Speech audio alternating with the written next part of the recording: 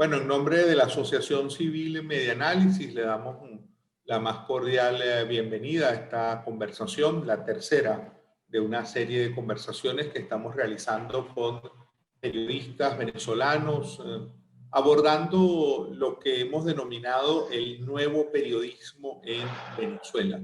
Es una iniciativa donde hemos querido pasearnos por dos líneas de acción. Por un lado, mostrar lo que podrían ser nuevos medios, el surgimiento de nuevos medios en el ecosistema mediático venezolano, pero al mismo tiempo conversando con colegas que están al frente de esas iniciativas, y en todos los casos, incluyendo el de hoy, pues hemos estado con colegas que no solamente están involucrados en esta nueva dinámica, sino que suelen ser colegas que tienen un historial largo, prolongado, tienen una experiencia importante de forma previa antes de su llegada al mundo digital.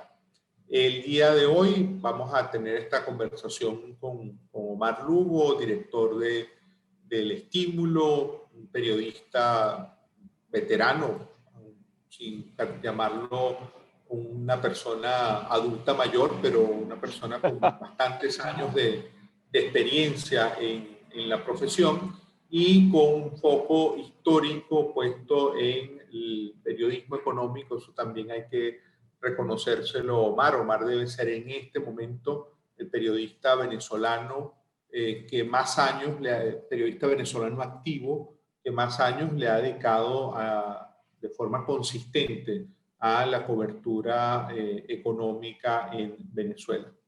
Estamos haciendo un poquito de tiempo para terminar de conectarnos con el Facebook Live. Ya nos acabamos de conectar, estamos transmitiendo en vivo también por Facebook. Le damos la bienvenida a quienes nos siguen también por esa red social. Reitero que estamos en esta serie de entrevistas, el nuevo periodismo en Venezuela. Hoy nos acompaña Omar Lugo, director de El Estímulo, y como decían las palabras previas, probablemente en este momento el periodista venezolano activo que tiene como activo un largo historial en el tema económico. Me gustaría comenzar, Omar, dividir la conversación en dos momentos. En un primer momento, conversar sobre el Omar Lugo periodista, y en un segundo momento que conversemos sobre lo que es la experiencia del Estímulo, de un portal de noticias e información, análisis, del cual tú eres director y que incluye un conjunto de marcas dentro de ese paraguas del Estímulo. ¿Por qué te dedicaste al periodismo, Omar? ¿Qué te llevó a esta profesión, a este oficio? Bueno, Andrés, primero que todo, gracias. Es un honor haber sido escogido para esta serie de conversaciones y diálogos sobre el periodismo.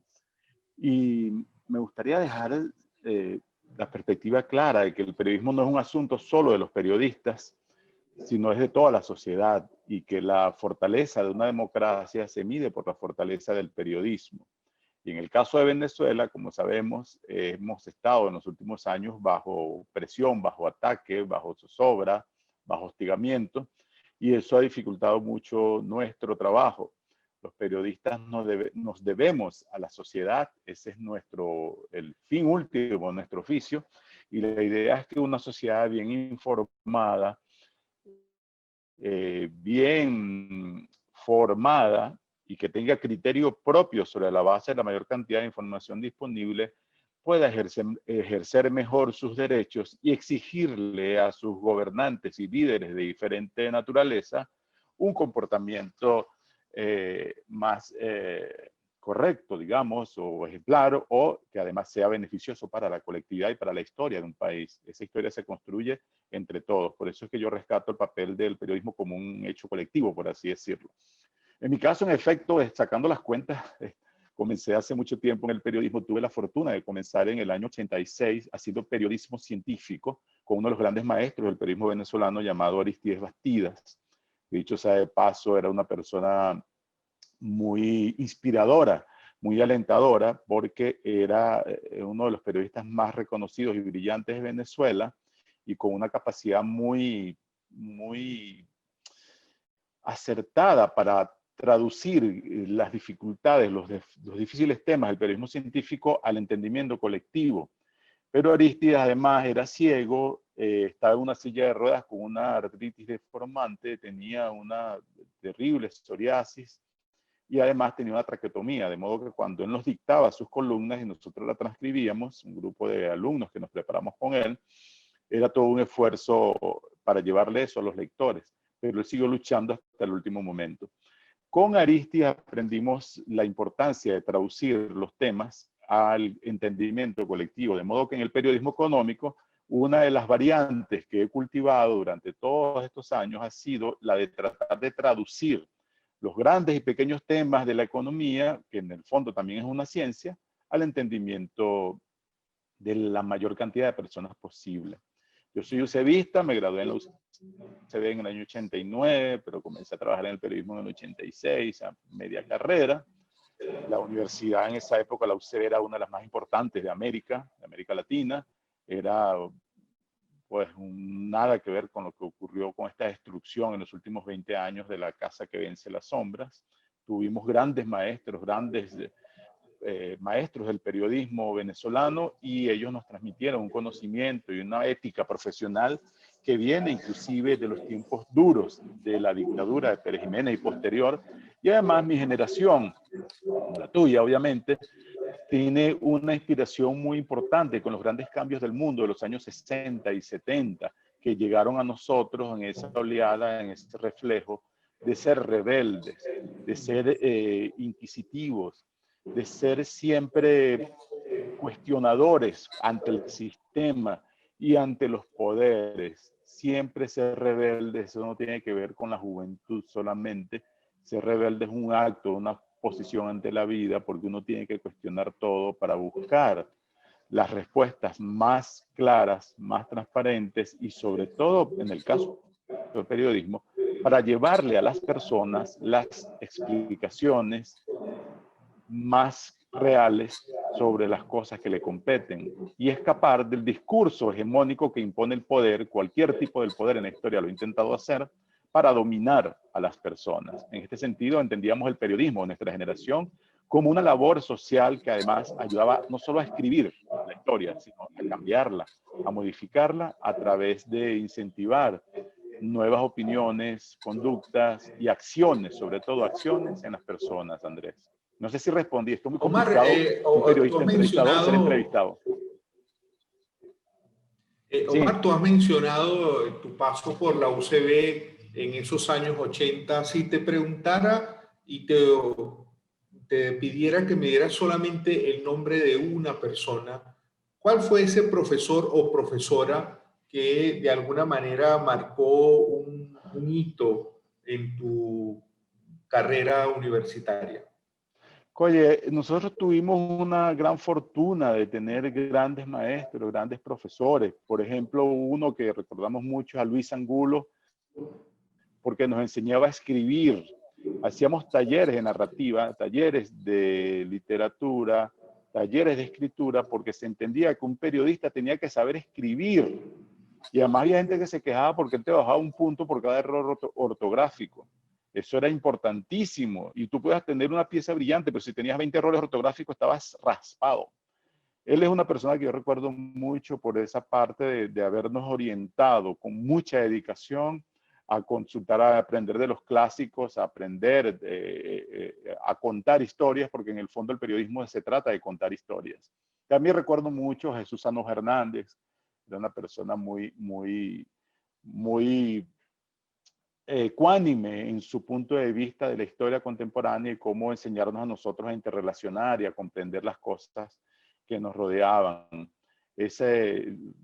Tuvimos una gran fortuna, Jesús Rosa Marcano con su seminario de la canción popular como vehículo de comunicación, el profesor Cheo Herrera en sociología.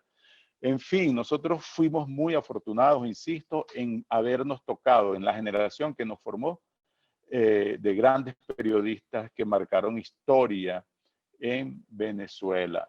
María de los Ángeles Serrano, por ejemplo, Albalía Barrios, En fin, fue una fortuna, Andrés, insisto, en tener gente tan bien preparada y tan de alto nivel formando a nuestra generación de periodistas de la UCB. Marcelino Omar, Bisbal, por ¿por supuesto, qué? también, que se le pasó para la UCAP, tengo que Sí, mencionarlo.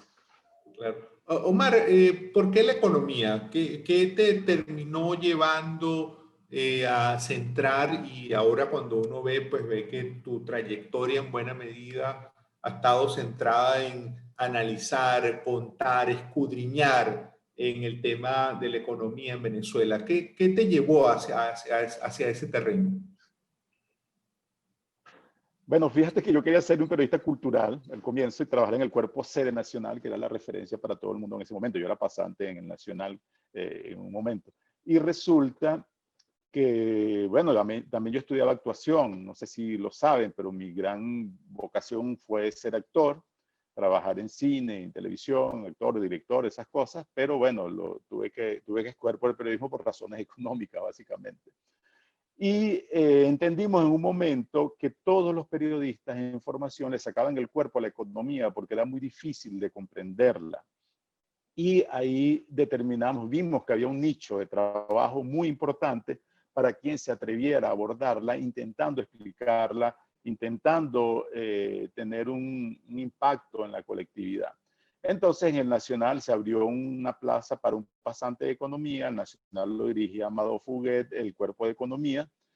Por cierto, uno de mis maestros, yo le digo que porque no somos muy diferentes de edad, pero entonces yo digo que él es como los Jedi que entrenaban a un chamo también como ellos, y entonces más o menos crecimos, yo crecí mucho en ese cuerpo de economía del Nacional. Se abrió esa oportunidad, ellos me entrenaron allí, tuve otro maestro llamado Cayetano Ramírez, que era el periodista de petróleo más reconocido de América Latina, y tuve la fortuna de que Cayetano, que ya estaba de retirada, me identificara como su potencial sustituto en la cobertura de la industria petrolera. De modo que me pasó el bastón, me entrenó, hice la tesis sobre petróleo, PDVSA y la evolución de la industria petrolera venezolana, y me quedé en esa fuente porque me comenzó a ir muy bien. Afortunadamente tuve una proyección inmediata en ese trabajo, gracias a lo que aprendí de estos maestros que, como te digo, como Arístides, como Cayetano, como Amado Fuguet, me permitieron identificar y aprovechar mis propias herramientas para abordar un área tan compleja como es el periodismo económico, que es muy diferente al periodismo económico de hoy día, eso lo vamos a hablar más adelante, pero en esa época Venezuela tenía una economía sólida, en crecimiento, era la cuarta más importante de América Latina desde lejos, tenía la empresa petrolera, una de las 4 más poderosas del mundo, tenía una industria básica en Guayana y un gran potencial económico para producir energía y minería, y tenía una clase media en ascenso que estaba muy interesada en comprender temas de finanzas personales y de inversión familiar y de planificación de futuro. En educación, por ejemplo, había profesionales formados en Venezuela, todavía los hay, obviamente, pero en esa época abundaban más, con proyección mundial, internacional. De modo que ese era un ecosistema muy bueno. Además había gremios empresariales muy sólidos e influyentes. Y había separación de poderes en el Congreso, de modo que tú podías ir a la Comisión de Finanzas del Congreso y era una institución en sí misma, o podrías entrar a los pasillos del Banco Central, de PDVSA. En fin, era un territorio diferente y muy promisor. Entonces allí nos comenzó a ir bien con el manejo de la fuente y manejando el principal activo fundamental que nos enseñaron los maestros, que es la credibilidad. Un periodista tiene que tener mucha credibilidad porque ese es su principal activo profesional. Y si tú pones en riesgo esa credibilidad y esa confianza en tus colegas, que deben tener tus colegas y tus audiencias, no estás haciendo nada, sino estás simplemente liquidando Omar, tu carrera. Sí, Omar, no es lo usual, usualmente hacemos las preguntas hacia el final, pero hay una sí. que se conecta con toda esta discusión. Nos pregunta Reymar Reyes, que qué consejos le darías tú, Omar Lugo, a los periodistas jóvenes que están comenzando a hacer periodismo económico en Venezuela. ¿Qué oportunidades identificas tú en esa área hoy, con todo este cambio que, sin duda, todo lo que nos estás contando de cómo fue tu inicio fue en otro contexto? En el contexto actual, ¿qué consejo le das a un joven periodista que esté sumergiéndose en el periodismo económico? El principal consejo es que se atengan en primer lugar a los principios básicos del periodismo en el punto de vista de la ética, ¿no? La responsabilidad profesional, la preparación, dedicar muchas horas de lectura a entender temas que no a todo el mundo le gustan o les interesan, como es el funcionamiento de la economía, porque un periodista económico de economía básicamente tiene que ser una especie de traductor. Cuando uno es un traductor, si vas a traducir del inglés al español, tienes que dominar bien el inglés. Si es del sueco al español, tienes que aprender sueco. Y si es economía, lo que tú vas a aprender, tienes que conocer, hacer tus cursos, estudiar economía, estudiar macroeconomía, microeconomía, un poco de finanzas, etcétera, porque uno no puede explicar lo que no comprende, lo que no domina. Y esa es la enseñanza fundamental. Sigue siendo una área con un amplio campo de trabajo. Yo creo que dentro del periodismo, con todos los problemas que tenemos, es el área donde hay menos periodistas ahora en formación y donde siempre hay un mercado posible, nacional e internacional. Y allí es donde me voy a otro punto fundamental. Yo recomiendo que se preparen no para trabajar solamente en Venezuela, sino que tengan una preparación de talla mundial, competitiva internacionalmente, que sean capaces de plantarse frente a un colega que trabaja en Colombia, en Chile o en España y competir con ellos por un cargo. Para eso tienes que tener una visión de la economía muy diferente a esta visión de pulpería en la que se ha vuelto la economía venezolana. Nosotros tenemos una economía que se ha reducido muchísimo de tamaño después de ser la cuarta de América Latina, como dije antes, después de Brasil, México y Argentina. Ahorita debe ser la decimosegunda por allí, si no me equivoco, más pequeña que República Dominicana, más pequeña que la de Panamá, que la de Honduras ya casi. Y eso es importante señalarlo porque la medición de eso es el llamado Producto Interno Bruto, PIB, que es un término que a todo el mundo lo asusta. Y ahí es donde vamos con las traducciones. El Producto Interno Bruto no es más que la suma total de riqueza en forma de bienes y servicios que genera una economía en un año, en un tiempo determinado, un año, un trimestre, etcétera. Pues ese tamaño de la economía se ha reducido espantosamente y sigue reduciéndose. De modo que el mercado económico en Venezuela se ha reducido y así obviamente el mercado para el periodismo y también para el periodismo económico. Pero si usted sabe aprovechar las ventajas del mundo contemporáneo que no tuvimos en la época en que nos formamos nosotros, puedes conectarte con las grandes tendencias de lo que está ocurriendo en América especialmente y en Europa, para hacer un periodismo económico más a tono con la realidad y con las oportunidades que se presentan y que se seguirán presentando. Como en toda guerra, siempre en los escombros se consiguen algunas cosas aprovechables. Ese es el caso de Venezuela. Entonces les recomendaría eso, seguir preparándose, mantener los principios éticos fundamentales y profesionales y buscar esas oportunidades entendiendo que el mundo es más ancho y ajeno que esta pulpería en la que han convertido a la economía venezolana. Estoy haciendo aquí un ejercicio de memoria, Omar, tratando de recordar cuándo nos conocimos y yo creo que fue en la cobertura de la cumbre petrolera, que si mal no recuerdo debe haber sido en 1994 o 1995, no En recuerdo Puerto ahora La Cruz. exactamente, que fue en Puerto La Cruz. Ya en ese momento tú eras una persona que gozaba de bastante credibilidad en el campo de la cobertura económica, trabajabas en la agencia Reuters, luego de varios años aquí en Venezuela, estuviste en Brasil también con la agencia EFE. Eso es otra parte importante de tu carrera profesional, ese mundo de las agencias de noticias.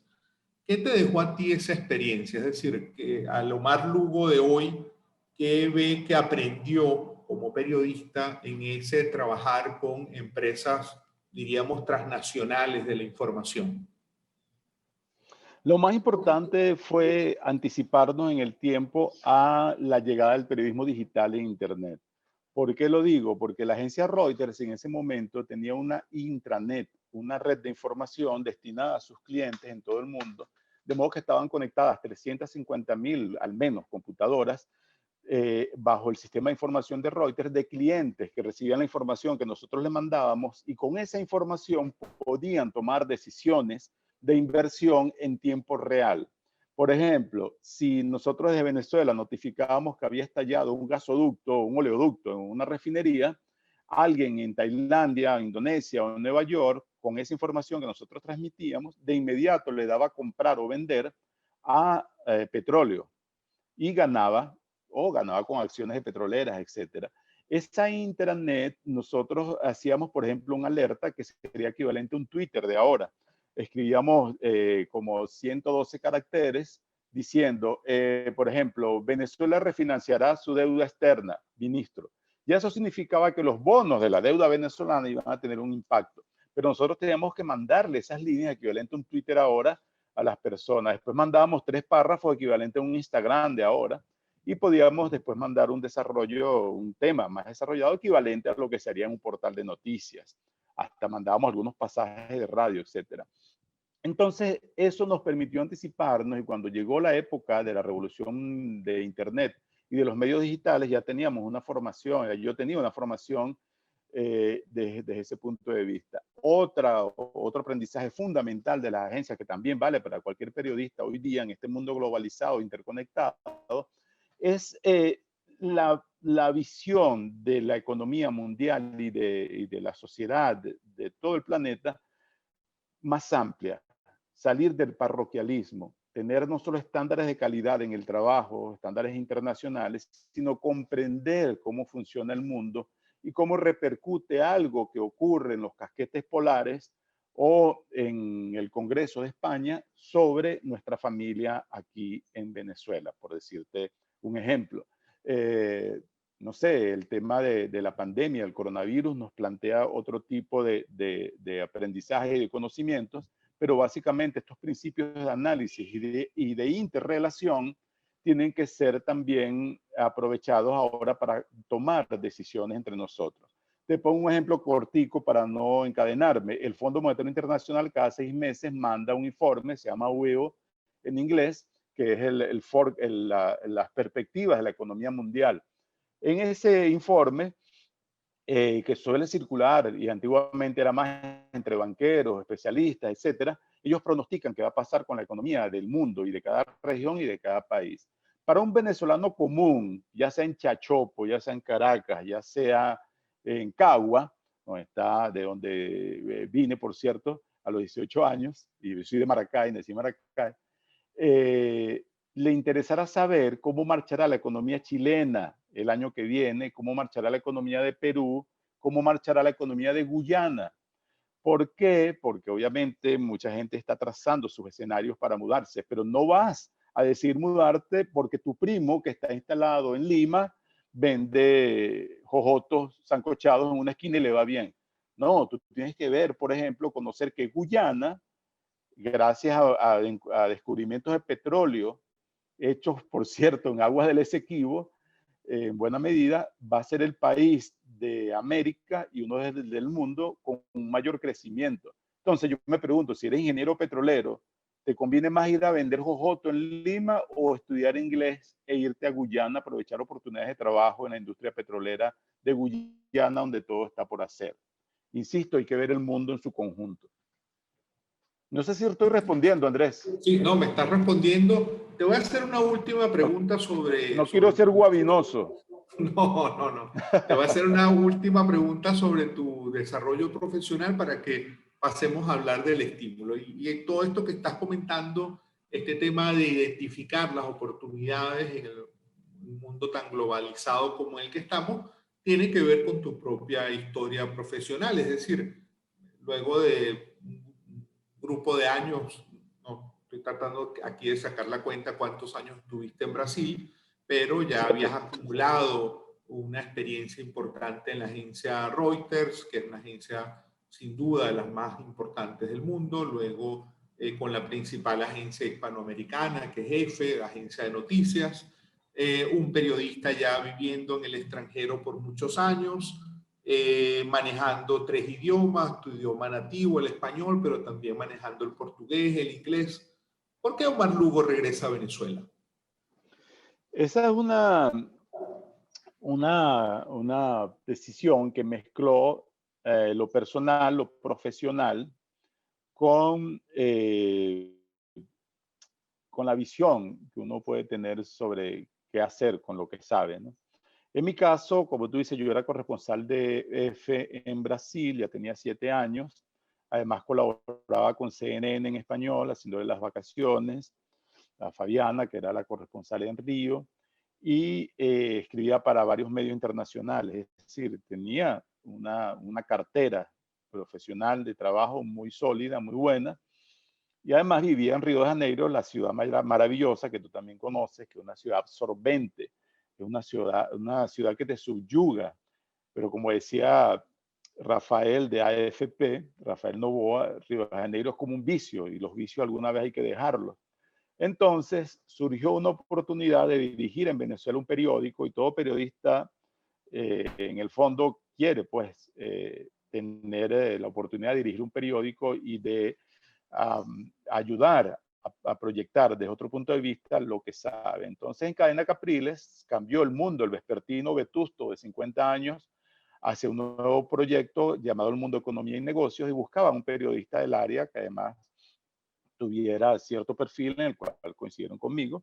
Me llamaron para acá y me vine mudado, repatriado a mi propio país a dirigir ese proyecto de El Mundo. En eso también incidió el aspecto personal familiar, porque yo quería estar cerca también de mi familia, quería que conocieran a mi hija que había nacido allá en Río de Janeiro y que se criara aquí con su familia algún tiempo también.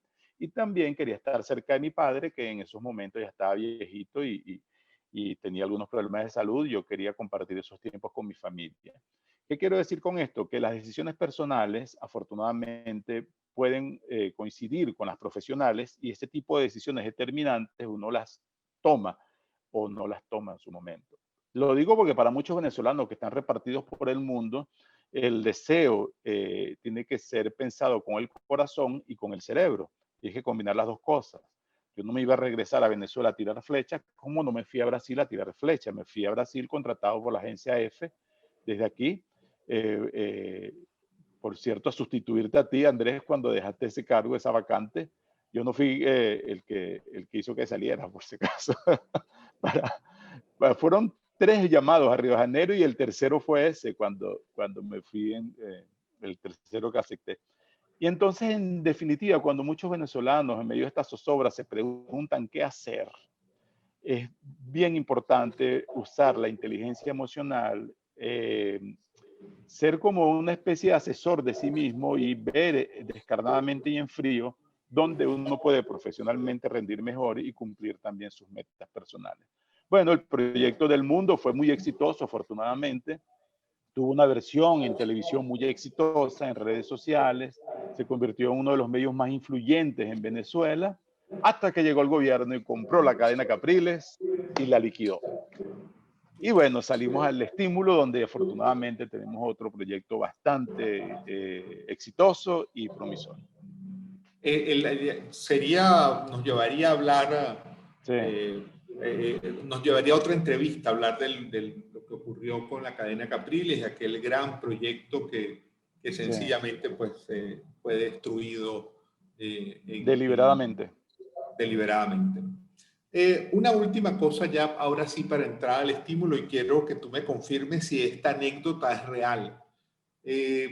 Yo ya en esa época no estaba en Venezuela, alguna gente me comentó que en una cadena de radio y televisión, el entonces presidente Nicolás Maduro, perdón, el entonces presidente Hugo Chávez, Uh, se dirige a ti y te dice: Omar Lugo, ¿cuánto cuesta una cerveza?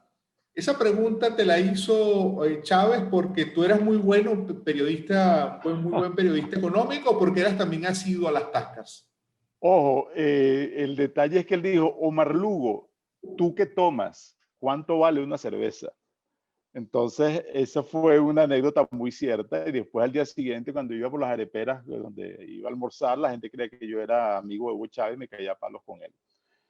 Eso es una anécdota muy cierta y tiene que ver con el encanto o el carisma de estos líderes populistas que son capaces de embolsillarse o pretender embolsillarse a las personas, a las sociedades, y usan sus propias herramientas personales muy bien.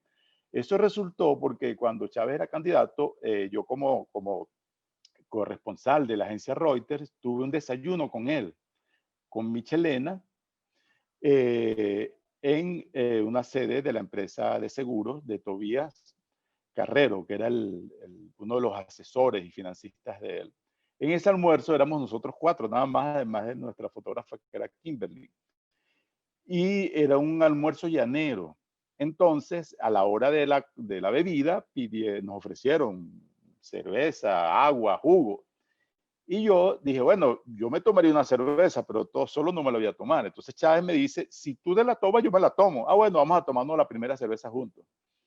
Y nos tomamos esa cerveza. Él, cuando ya es presidente, usando lo que terminó siendo un engaño, obviamente, dice que él durante la campaña electoral había hablado mucho con la gente sobre la necesidad de ser austeros en el gasto y que él iba a aplicar eso en el presupuesto nacional para que el Estado fuera responsable y eficiente, porque él decía que cualquier recorte era válido. Cuando yo estaba en la campaña, por ejemplo, que la gente decía, vamos a comprar 3 cajas de cerveza, yo le decía, no, no, pero compren 2 nada más, compren una menos, porque eso es un ahorro. ¿Cuánto no vale una cerveza? Por ejemplo, Marlugo, ¿tú qué tomas? ¿Cuánto vale una cerveza? Y de allí vino esa vinculación de lo particular a lo nacional, a lo general. Obviamente los colegas empezaron a reírse, me poncharon con la cámara y yo le dije, bueno, presidente, no sé, vale 2 bolívares. Y ahí me empezaron a burlarse diciendo en qué antro me metía yo que valía una cerveza de 2 bolívares. Pero en fin, debo decir que esa memoria de Chávez también me ayudó en la carrera porque cuando él iba a Brasil, a esas visitas, que todos los periodistas se mataban y se empujaban para sacar alguna pregunta, yo me paraba en una esquina, a su paso, y él me veía, me identificaba, me saludaba y se acercaba a mí, y entonces yo aprovechaba de preguntarle. Así, por cierto, me presentó a Fidel Castro una vez, en una madrugada en el Hotel Gloria de Río de Janeiro, y le pude hacer algunas preguntas a Castro en ese momento, que era una figura determinante en la negociación de la paz, la primera negociación de la paz en Colombia, entre la FARC y el gobierno de entonces. Y él había estado de mediador, Fidel Castro, y esa era una de las discusiones. Ahí le pudimos sacar alguna declaración exclusiva para Reuters, donde él le recomendaba a la guerrilla de la FARC que se rindiera, que entregara las armas, porque ya Vietnam se había acabado y que ahora el mundo era diferente, era globalizado y se imponía el comercio y la colaboración entre los países. Imagínate tú. Omar, hablemos ahora del estímulo. Sí. Tú estás en el estímulo desde la fundación. ¿Cómo fue, cómo se llegó a ese proceso de formar un medio digital, periódico digital, como ustedes lo definen, donde además cuando uno entra allí al estímulo en la actualidad, pues se encuentra con que es también un sitio paraguas para varias marcas específicas que tienen contenidos Exacto. específicos, todos bajo ese nombre emblemático del estímulo. ¿Cómo llegaste allí? ¿Cómo surgió la idea de crear el estímulo? Bueno, yo le diría un poco pensando en las audiencias que tenemos que pasearnos por lo que ocurrió en Venezuela. En Venezuela, este proceso económico y político destruyó los medios tradicionales, todos los medios tradicionales. Fundamentalmente el periodismo que se ejercía antes ya no existe, ya no hay programas de investigación en televisión, por ejemplo, algunos programas quedan por allí de opinión y de análisis en algunas radios, pero siempre bajo la amenaza de Conatel. Después que a mí me votaron de Cadena Capriles, de la dirección del Mundo, por orden del gobierno, básicamente, de Maduro y quién sabe quién más, eh, yo volví a ser corresponsal internacional, que en realidad nunca he dejado de ser corresponsal internacional, siempre colaboro y tengo esa visión y escribo para medios de afuera, todavía lo hago. Entonces me dedicaba a eso y estaba un poco más trabajando como cazador solitario, como así decirlo. Y nuestra querida Paula Quinteros me encontró por allí y me llamó porque quería que yo fuera a trabajar con ella para fundar un nuevo portal que se llamaría El Estímulo, que agruparía las revistas que ella estaba viniendo, ella imprimía desde hacía una década más, que son la revista Clímax, la revista Bien Me Sabe y la revista UB. Ella había completado la compra de esas revistas de la parte de las acciones que estaban en manos de Cadena Capriles todavía, y entonces quería hacer una migración digital de esas cabeceras para aprovechar este nuevo entorno justamente que se estaba creando. Me llamó, me hizo esa oferta para que yo me encargara con ella del proyecto, y así fue, de modo que juntamos un equipo de profesionales en dos redacciones paralelas, una interna y una externa. La externa formada por colaboradores, columnistas, escritores, periodistas, gente de firmas reconocidas, y los propios periodistas de la plantilla, una plantilla enorme para hacer un medio digital emergente. Nos fue muy bien, ganamos 2 premios interamericanos a la excelencia periodística otorgados por la CIP, por nuestra cobertura del hambre emergente en Venezuela y por la cobertura de las protestas desatadas contra el gobierno de Maduro. También ganamos un premio con la revista Clímax por nuestras investigaciones del caso Odebrecht y el impacto en Venezuela. Además de eso, un gran reconocimiento como uno de los medios más influyentes de Venezuela y de mayor credibilidad. Este fue un proceso, ha sido un proceso muy complejo, se ha financiado con aportes, recursos propios.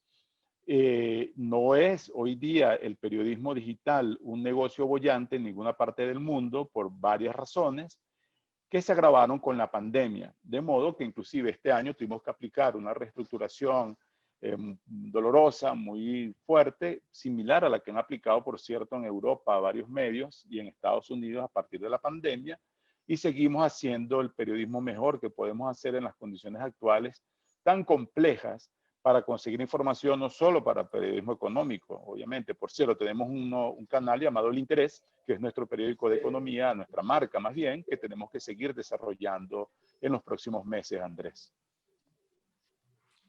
A tu juicio, siendo tú director del estímulo, ¿qué piensas que hay allí en el estímulo que probablemente no hay en otros medios, que sea algo que te distinga para llamar o ofrecerle al público? Básicamente nosotros no somos un medio inmediatista, tenemos que cubrir cosas del día a día porque nuestra audiencia nos lo pide, pero nos diferencia mucho los contenidos de segunda y tercera lectura, mucho análisis, mucho entorno, mucha explicación, comprensión, y particularmente cosas que nos sigue sorprendiendo. Nos diferencia mucho los contenidos que no tienen que ver con la zozobra que vive el venezolano cada día. ¿Qué quiero decir con esto? La gente sigue buscando nuestros contenidos de Bien Me Sabe, de V y de Clímax, que son contenidos, digamos, en algunos casos más ligeros, más reposados, utilitarios, prácticos y que le dan respuestas a las personas. Entonces la gente busca, de medio de todo esto, donde a veces quiere huir de la saturación informativa de los grandes temas como el coronavirus, la gente busca cosas como recomendaciones de alimentos más saludables o lugares en Venezuela donde está la memoria gustativa, una serie muy buena de Alberto Veloz que tenemos, de lo que era el país que ya no es. También buscan mucha información internacional sobre la vida en otros sitios de los venezolanos en otros países, y también información económica utilitaria que van desde las tarifas de los medios digitales y de telefonía hasta las explicaciones de por qué sube el dólar o baja el dólar en un momento determinado y qué se puede esperar de los escenarios políticos. En general, intentamos tener una cobertura y una titulación más fresca, una empatía más directa con la audiencia, una identificación personal con lo que le ocurre a la gente. Y también tenemos un fuerte énfasis en reseñar la tragedia social que está viviendo Venezuela. Y voy a hacer una salvedad ahí, Andrés, porque es muy curioso, muy determinante para el trabajo periodístico constatar que temas dolorosos como los niños que mueren en el hospital JM o el hambre que azota las comunidades de Caracas, etcétera, no son de lectura masiva. Pero nosotros lo seguimos y lo seguiremos haciendo y cubriendo porque nuestro deber como periodistas, como medio de comunicación, es dejar testimonio de lo que está ocurriendo en Venezuela, dejar eso para el futuro como una evidencia. Por eso nos complace que, por ejemplo, en el informe de la ONU que determinó que se cometen crímenes de lesa humanidad en Venezuela, hay al menos 19 citaciones al estímulo en contenidos propios nuestros, desarrollados denunciando mucho de lo que ocurrió. Entonces, para nosotros como medio es importante insistir en que no necesariamente lo que la audiencia más demanda es lo más importante.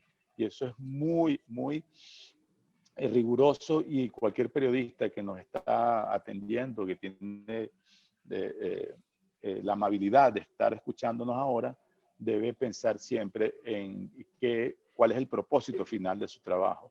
En el caso nuestro seguiremos, insisto, cubriendo esos casos como el drama del cáncer de los niños en Venezuela, aunque no sean muy populares esos temas, y muchas lecturas como por ejemplo los que tenemos en otras marcas de la casa, del portal, Andrés.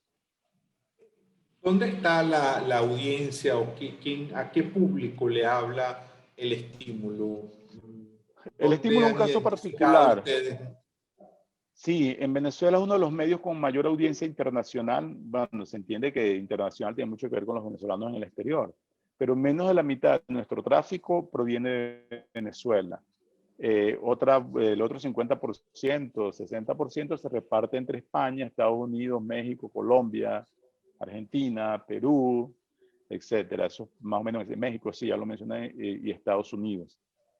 Es una audiencia muy crítica, una audiencia entre jóvenes y mediana edad, después un poco mayor edad.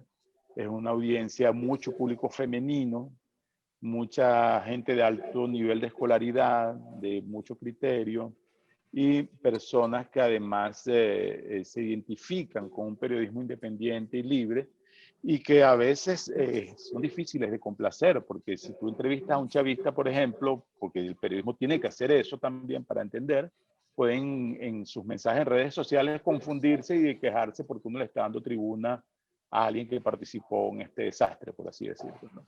Pero es un público muy variado y muy segmentado de acuerdo a las marcas. Y allí también para los periodistas que nos escuchan es importante ver esas cosas, porque muchos de ellos tienen interés en desarrollar proyectos personales propios, seguramente, que es una de las opciones del periodista hoy día en cualquier lugar del mundo. Y es bueno conocer a la audiencia. Y desde mi punto de vista también es bueno no dejarse llevar por la histeria de las redes sociales que nos vengan a imponer la agenda. Un medio tiene que imponer la agenda, su propia agenda, o persistir al menos en ella, aunque no logre imponerla, y no solamente bailar al son que le toquen a los demás, Andrés. Bueno, ese es un desafío para los periodistas, para los medios y también para la clase política, pues es decir, proponer una agenda propia y no solamente Sí. estar bajo los vaivenes de lo que puedan decirle las redes sociales, ¿no? Y es un desafío muy grande y algo que ustedes han trabajado afortunadamente en Medianálisis y que hay que reconocer mucho porque tienen una tarea enorme y por delante bastante en el observatorio de fake news, porque hemos constatado, y todos los estudios de comunicación en el mundo, que es algo también que tú sabes muy bien como doctor en comunicación que eres, está probado que la gente consume y reparte y comparte más información falsa que información verdadera. Eso tiene algunos aspectos psicológicos muy profundos, entre ellos que la gente se identifica con las cosas, con las creencias ya preestablecidas, con sus anhelos y creencias, más que con la realidad. Entonces tiende a quedarse en los mismos nichos, en los mismos estratos de información y de comunicación, porque se siente más cómodo allí. La gente a veces teme enfrentar la realidad, y yo como periodista creo que hasta tanto la audiencia, la colectividad no combata esas distorsiones, no va a tener una visión más clara de lo que ocurre. Te pongo un ejemplo. Una de las notas que en los años recientes que yo más le metí empeño era una diciendo lo que venía con la elección de Maduro en el año 2018 y cómo se iba a ocurrir, básicamente lo que está ocurriendo ahora.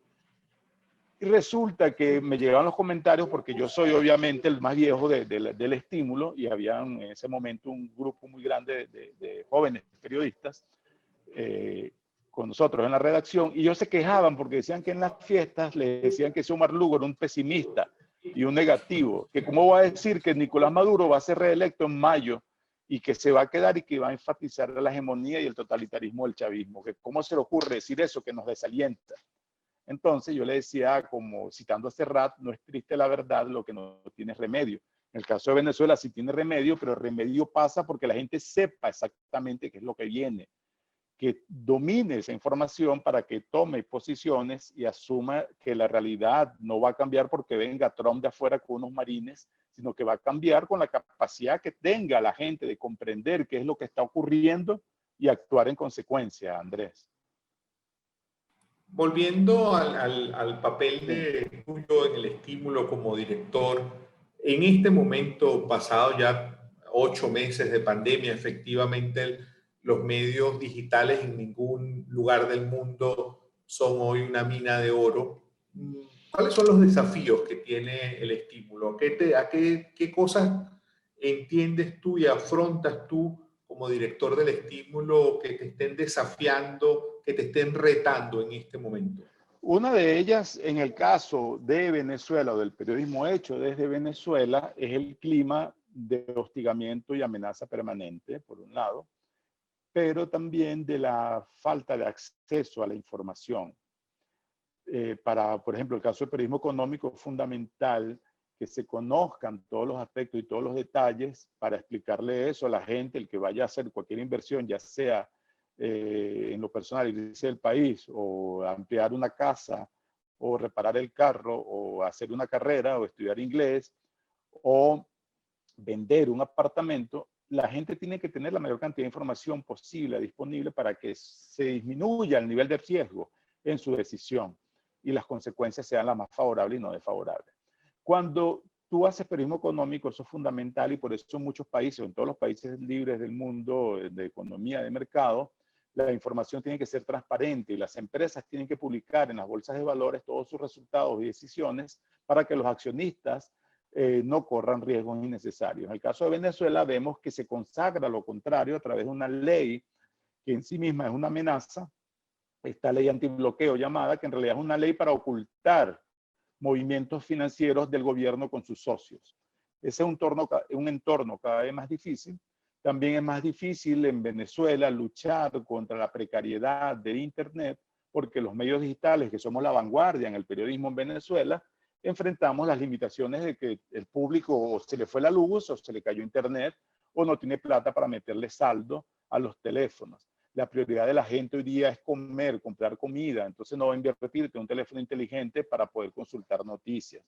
De modo que tenemos una población más desinformada cada día y sometida a la hegemonía comunicacional que ejerce el poder, el régimen, el gobierno, a través del sistema de medios públicos y que son de propaganda pública o de lo oficialista, y a través del dominio que ejerce sobre los medios tradicionales masivos, que sería radio y televisión, bajo la amenaza de quitarle las concesiones. En Venezuela no hay medios masivos, hay que decirlo claramente.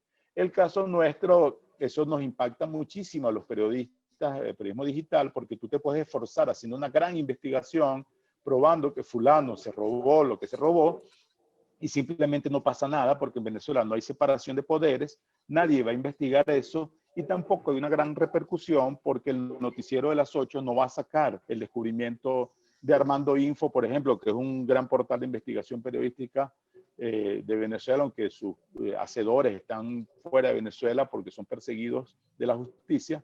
En cualquier país del mundo, esos artículos provocan una investigación independiente en el Congreso, en la Contraloría, en la Fiscalía, en la Procuraduría, y ruedan cabezas. Aquí simplemente no pasa nada, pero tenemos que seguir registrando eso, seguir adelante, porque es la labor del periodista, del periodismo, dejar ese testimonio. Ese es un gran obstáculo. El otro, como te decía, el de las redes sociales, y el otro, el que estamos en una economía enferma donde hay muy pocas oportunidades para cualquier negocio. Y el periodismo tiene que ser sustentable, sostenible. Las empresas periodísticas tienen que serlo, como cualquier negocio, para que sean más sólidas y más fuertes y puedan hacer un trabajo más competente, de mayor calidad y de mayor alcance cada día, para que sus audiencias tengan ese producto frente a sus ojos lo mejor elaborado posible. Te pongo ese ejemplo porque es crítico. Un medio ahora no puede mandar un periodista, digamos, a ver cómo están muriendo los guaraos en el Tamacuro o cómo es el contrabando en la frontera, porque nos sale muy caro y eso te puede comprometer la sostenibilidad en el mediano plazo. Es difícil, Andrés, lo que viene. También es difícil lo que viene a través del gobierno, que va a perseguir el financiamiento internacional para los medios digitales, para las ONG. Acabo de publicar un artículo sobre eso, por cierto. Y a través de una ley de la nueva asamblea que seguramente van a sacar el domingo con pleno dominio, van a aumentar la persecución sobre la prensa y las ONG, porque ya que liquidaron a los partidos políticos tradicionales de oposición, vienen por otros supuestos enemigos de ellos. Andrés. Ya para cerrar, Omar, Sí. me ha parecido muy pertinente todo este panorama que nos presentas, diría como decían los amigos de los muchachos de la redacción, qué pesimista eres. Pero en realidad, digamos, no eres pesimista, eres una persona, te conozco, eres una persona siempre tratando de hacer proyecciones sobre las cosas sobre las que tienes dominio. Y ya con esto quisiera cerrar. El país no se le ve una perspectiva de cambio, a mi modo de ver, en el corto, en el mediano plazo. ¿Omar Lugo no piensa en irse de Venezuela? A ver, dos cositas allí fundamentales sobre lo del pesimismo o el optimismo. Hay una cosa fundamental que eso aplica mucho al periodismo económico, que es lo que llama el racionalismo. El optimismo tiene que ser racional y el pesimismo no puede ser irracional tampoco, no puede ser calimero, ay, todo está mal, que nos va a ir mal. Hay que insistir, el periodismo económico, el periodismo económico no, porque no hay mucho en Venezuela, pero el periodismo en Venezuela de vanguardia lo llevamos los medios digitales. Eso es un gran avance y un gran alcance. Cuando tú sacas la cuenta de los premios internacionales que nos hemos ganado en estos años, todos son medios digitales. No solamente el estímulo, también Runrunes, el Pitazo, Efecto Cocuyo, todos estos medios que, por cierto, todos tienen en común de una u otra forma la herencia del trabajo que se hizo en Cadena Capriles a través de la Coordinación General de Natalia Alvaray, que era la vicepresidenta de medios y la que convenció a la familia Capriles para invertir en la migración y actualización de estos medios. Entonces, es fundamental entender que hay una oportunidad para el periodismo digital en Venezuela de vanguardia y lo que se está aprendiendo aquí, en cualquier país del mundo donde tú llegas, es una gran ventaja. En mi caso, tiene que ver con lo que te decía de por qué me fui a Río de Janeiro, por qué me vine a Río de Janeiro. Yo no creo que uno se quede o se vaya de un país solamente pensando en el entorno o pensando en la parte personal. Tiene que haber una comunión, una comunicación, entre ambos vasos, por así decirlo, y tienes que sopesar lo que puedes conseguir afuera. Inclusive, aunque tú, suponiendo que no hubiera pandemia y tú vivieras en Suecia, en Irlanda, en una economía bollante y bien chévere, en Noruega, y te ofrecen un trabajo para irte a Guatemala y te pagan ciertos salarios y ciertas condiciones, a lo mejor tú lo pensarías también. A eso me refiero. Entonces, la decisión de irse o quedarse, que es absolutamente muy personal, tiene que estar muy vinculada a la posibilidad de trabajo o de rehacer tu vida afuera. En mi caso, el periodismo está en crisis en todo el mundo y eso hay que entenderlo. No hay oportunidades de trabajo en Europa ni en Estados Unidos. Hay colegas muy valiosos, brillantes que conozco que están desempleados y no tienes idea de la cantidad de currículum que nos llega ya en España de Objective, que es nuestro portal hermano en España, y entendemos cómo está difícil el periodismo para profesionales de cualquier nacionalidad y en cualquier país del mundo. Entonces, aquí en Venezuela sigue habiendo mucho por hacer. Seguiremos driblando este partido, este balón que parece tener movimiento propio y seguimos luchando, haciendo el mejor periodismo que podamos hacer en las condiciones que estamos viviendo y sobre todo sin poner en riesgo la seguridad de nuestros equipos profesionales, de nuestros colaboradores, de nuestros periodistas, porque eso es lo fundamental, Andrés. Nada es más importante que una vida. Ninguna noticia es más importante que la de un periodista que está en la calle, Andrés. Oye, te agradezco mucho, Omar, y particularmente este último mensaje te lo valoro mucho porque precisamente siempre fue una de las discusiones que sosteníamos en las clases de ética en la Universidad Católica, en el sentido de valorar la vida, resguardar la seguridad de un periodista está por encima de cualquier primicia que se pueda dar. De esta manera, pues despedimos esta conversación con Omar Lugo. Vamos a tener luego el video puesto probablemente en YouTube, y también vamos a hacer alguna nota de prensa para recoger lo más resaltante de esta conversación. Ha sido muy grato tener a alguien a quien conozco largamente, a alguien a quien respeto como periodista, y como lo dije al inicio, probablemente en este momento en Venezuela el periodista económico de más larga data, de más trayectoria, y en este momento pues también con una capacidad de poder mirar a nuestro pasado reciente y ayudarnos a comprender el por qué estamos viviendo como estamos en Venezuela. Muchísimas gracias, Omar. Un fuerte abrazo. Gracias, Andrés. Solo te diría, si alguien de la audiencia quería hacernos algunas preguntas, no le dio tiempo, puede mandarla a mi correo o por mi Twitter, @omarlugo, o mi correo ol@elestimulo.com o marlugo90@elestimulo.com. Y si alguien de los que nos escucha quiere escribir, mandar artículos para El Estímulo, bienvenido, porque ese es un medio abierto para quien lo quiera, quien quiera aprovecharlo, claro, con estándares de calidad y de compromiso y responsabilidad profesional del caso. Un abrazo, gracias por todo, gracias por esta oportunidad, y un abrazo para todos. Hasta la próxima. Gracias, Omar. Bueno, nos despedimos entonces. Hemos estado a través de esta transmisión en Zoom, también por el Facebook Live de Media Análisis. Les estaremos avisando de una nueva conversación en este ciclo, El Nuevo Periodismo Venezolano. Hasta pronto.